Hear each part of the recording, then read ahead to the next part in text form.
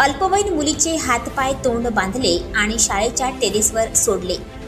अहमदनगरमधून एक धक्कादायक बातमी समोर आली आहे। एका शाळेतील विद्यार्थिनीचे हातपाय आणि तोंड बांधून शाळेच्या टेरेसवर सोडल्याची घटना समोर आली आहे। सुदैवाने ही चिमुरडी सुखरूप आहे। तिच्या सुटकेचा व्हिडिओ सोशल मीडियावर व्हायरल झाला आहे।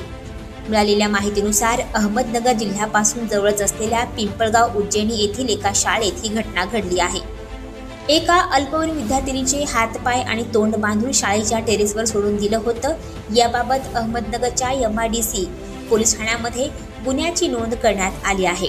सायंकाळी 4:30 ते 5:30च्या दरम्यान एका अज्ञात व्यक्तीने संबंधित अल्पवयीन विद्यार्थिनीचे तोंड दाबून तिला शाळेच्या टेरेसवर नेऊन तिचे हात पाय आणि तोंड बांधून ठेवले।